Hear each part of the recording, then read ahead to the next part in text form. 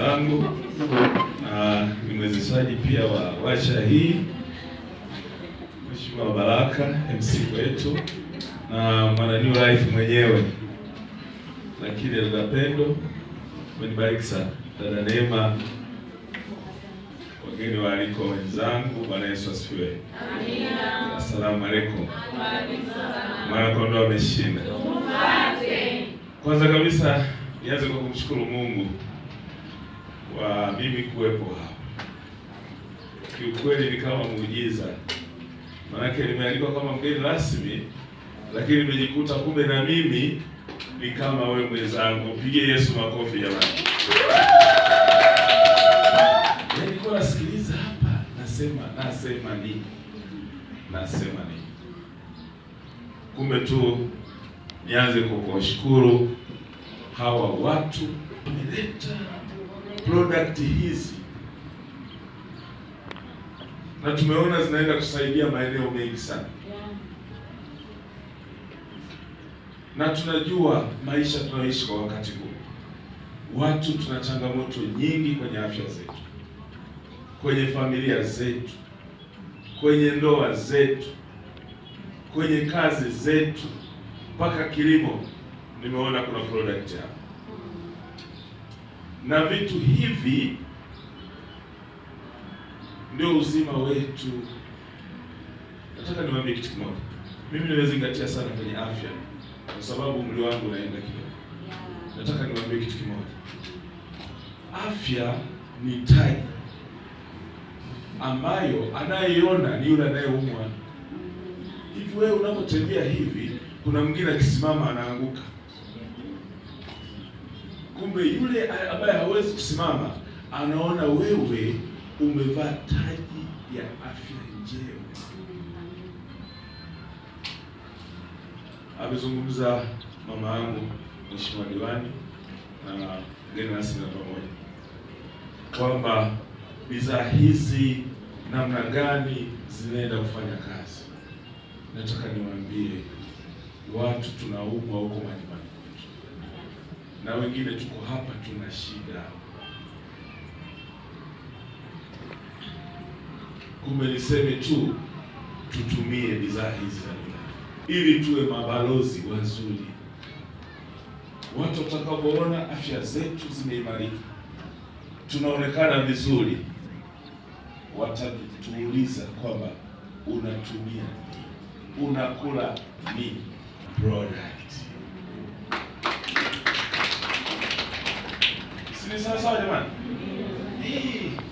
Huko majumbani tuna wazee wanaumwa, wana pressure, miguu inasumbua, sukari, watoto hawali, wengine ni mababy waiting, wengine wana shida hii. Maana Mpendo ametuambia uzuri wa hizi bidhaa. Kumbe tukazitumie, lakini tuwashirikishe na wenzetu ili waweze kupona. Nataka niwaambie kitu kimoja. Mimi mwalimu wangu ananiambia kitu kimoja. Ukitaka kuwa mwalimu mzuri, anza kufundisha wenzako. Na leo maana Mpendo amesema kwamba sisi wenyewe kwanza tuzitumie, lakini tutamani na wenzetu wapone. Si sawa sawa? Kumbe tukawashirikishe na wenzetu ili nao watumie hizi product. Neo Life si sawa sawa? Wanaleta mpango biashara wa sisi kupiga pesa. Si sawa sawa jamani? Mimi ni mjasiriamali. Na bahati nzuri nimesoma kidogo. Niwe lazima nitambulishe. Mimi naitwa Dr. Nyalo Laurent Mifu. Ni PhD. Sio MD kama mama. Mimi ni PhD. Sawa sawa? Mama ni medical doctor. Mimi ni philosophy doctor. Mimi ni mwanafalsafa. Hebu nipigie makofi jamani. Unajua zamani elimu kama hizo walikuwa wanasoma wa haya tu, lakini sasa hivi na sisi tumeanza kuchangamka. Ametuambia unapiga pesa. Sisi wajasiriamali tuna kauli mbiu moja kwamba money is a reward of solving somebody problem. Unapotatua shida ya mtu ndipo unapata pesa. Sasa mtuelekeze na Pendo. Kumbe hiki kitu ni utajiri. Amesema kuna mtu analipwa mpaka milioni 50. Sasa wewe unasubiri nini? Nilifikiri hapa sasa wewe ni kukuna kichwa, unapata wapi hiyo pesa? Alafu kiona hesabu zinagoma, mimi nafikiri baadaye muulize maswali. Je, kama haitoshi nafanyaje? Tukijeni tuna mwenzangu wale watatu, hatuwezi tukaanza? Uone dada Pendo anasema. Nataka nikwambie hawa Neo Life wanaenda kukufanya uwe financial independent. Unaenda kupata uhuru wa kifedha. Kuna mambo kila siku naomba baba fulani hela mboga anatoka. Sasa Mungu akubariki sana. Baraka zote alichukua mwenyewe peke yake. Lundo la baraka. Kumbe sasa hivi naone una wasiwasi. Mama fulani mimi naondoka kwa sababu haina shida baba. Nenda salama kazi. Mama fulani mimi naondoka, wewe nenda usiwe na wasiwasi. Neo Life wamefanya.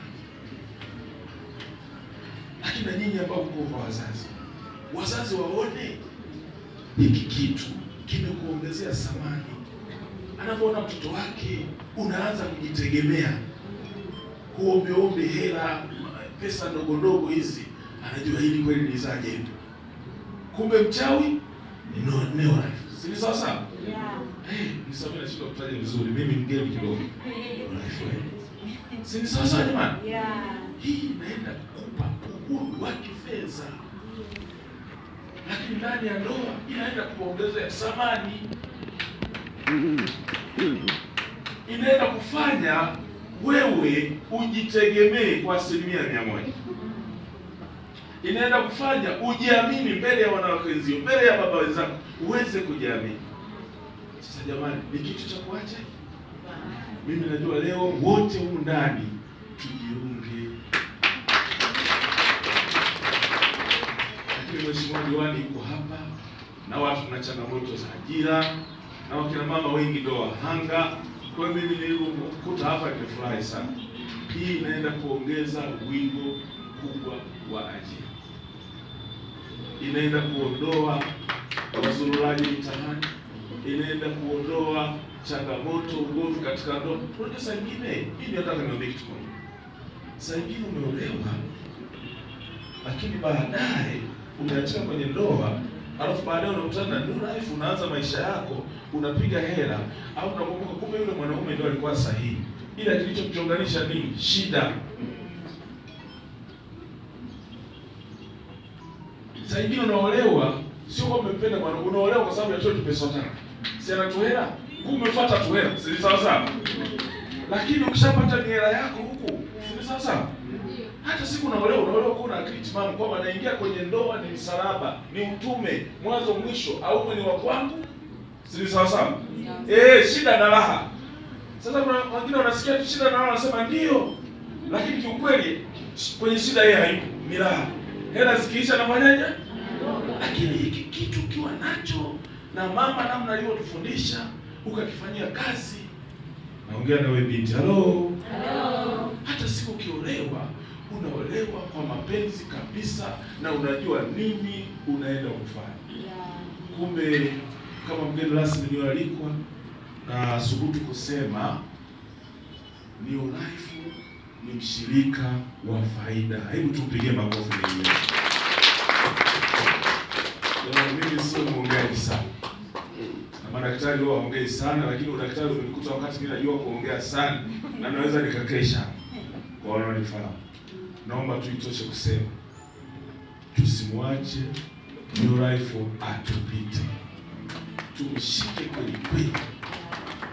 Na tunapoainisha mkutano huu, naomba MC utaongoza maombi kwa Kristo wenzangu ili hii elimu isitoki kiwepesi, kwa sababu shetani huwa anacheza mahali hapo kuhakikisha mnaendelea kushikiliwa kuwa mateka katika ufalme wa giza. Msijikomboe, kwa sababu mkijikomboa mtamwabudu Mungu vizuri na mtaenda makanisani mna furaha na mtachangamka mbele za watu.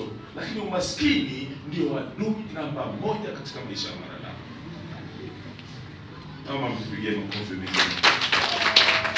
Nawashukuru sana kwa kunialika kama mgeni rasmi. Naomba tu semina hii iendelee mpaka pale tutakapofika mwisho, na niombe lazima kuna mahali pia naelekea nako kuna mkutano kama huu na wanialika, lakini kwa heshima ya dada Neema na kaka Baraka nikaona ni muhimu nianze hapa, kwa sababu hawa ni ndugu zangu katika Kristo, lakini hata maisha ya wanayani. Bwana Yesu asifiwe. Asanteni sana na wapenda sana.